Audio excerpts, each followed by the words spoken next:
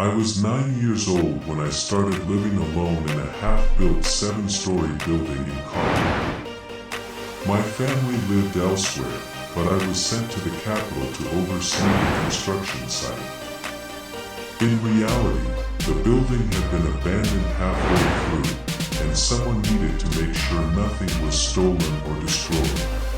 That someone became me. There was no electricity, no proper doors, no finished windows.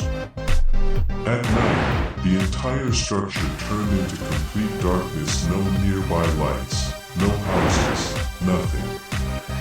Just concrete and wind moving through empty floors. Every evening I followed the same routine. I would let the workers leave, then walk floor by floor checking everything: doors, windows, anything the wind could damage. If I missed something, the building would make sure I noticed it later through the noise it created at night. Then I had to go down to the basement. That part was my worst nightmare. The main gate was down there, and I hated going to close it. The stairwell had no lights at all, and I had to walk down in total darkness using only memory and touch. It always felt longer than it should be. Every step down felt like I was leaving the world behind. My father called me every night just to confirm I locked it. Not because of anything supernatural. Because kidnappings were real. Children from wealthy families disappeared often enough that everyone treated it like a normal risk. So I learned early: act poor, stay quiet, don't draw attention. But I was still 9. And I was alone in a building that wasn't finished, miles away from anyone. At night, I slept on a thin mattress on the top floor.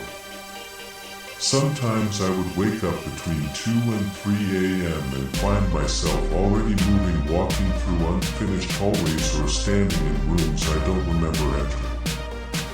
No memory of how I got there. Just the feeling that something was aware of me when I was awake like that. At first, I thought it wasn't real. I convinced myself it was just tiredness or imagination. But then something strange started happening. The more I thought about it, the more it seemed to happen. At some point, I even started feeling like thinking about it was making it worse, as if I was somehow pulling it into reality by focusing on it too much. To cope, I tried to act strong. There was a mirror in one of the unfinished hallways. Sometimes at night, when everything was completely dark, I would stand in front of it. At first it was just to calm myself. I would stare at my reflection, make faces, try to convince myself I wasn't afraid. But over time, it changed. My focus would lock in. My thoughts would slow down. It felt like I wasn't fully choosing to stay there anymore, I just wouldn't TV. Time would stop making sense. And later, I would realize I had been standing there far longer than I thought, completely disoriented, like I had lost pieces of time. After a while, I stopped going near the mirror at night. It didn't feel like it was helping me anymore. It felt like it was changing something in me. I would even avoid it during the day for some reason. Then one morning, everything escalated.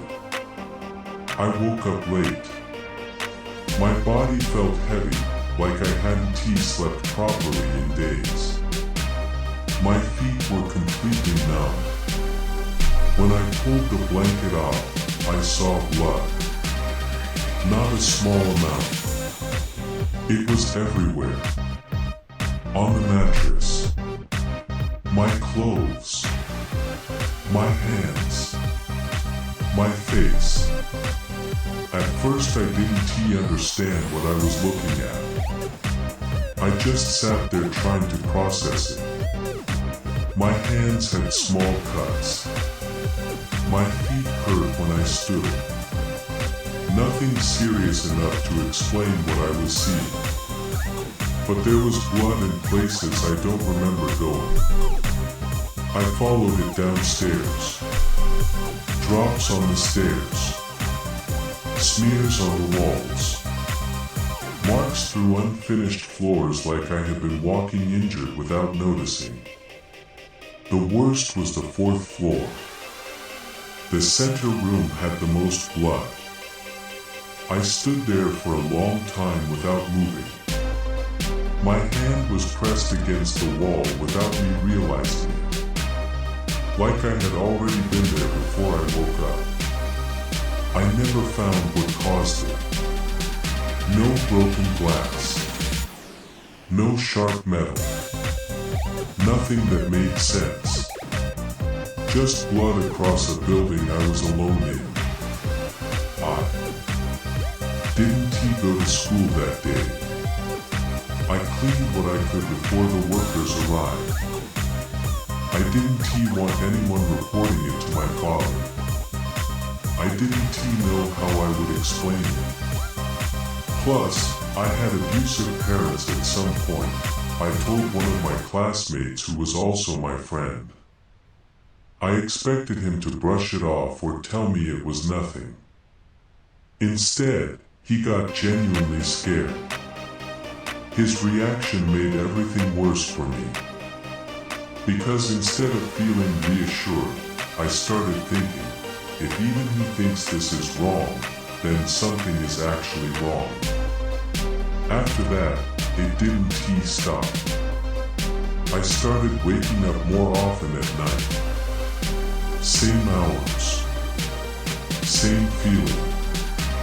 And always the same certainty, I was not alone in that building. Especially near that 4th floor room. Even during the day, I avoided it. At night, I started tying a thin string around my toe before sleeping so I would wake up if I moved too much. It worked sometimes, but not always.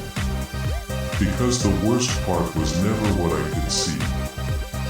It was the feeling I had when I woke up in the middle of the night that something else was also moving through the building.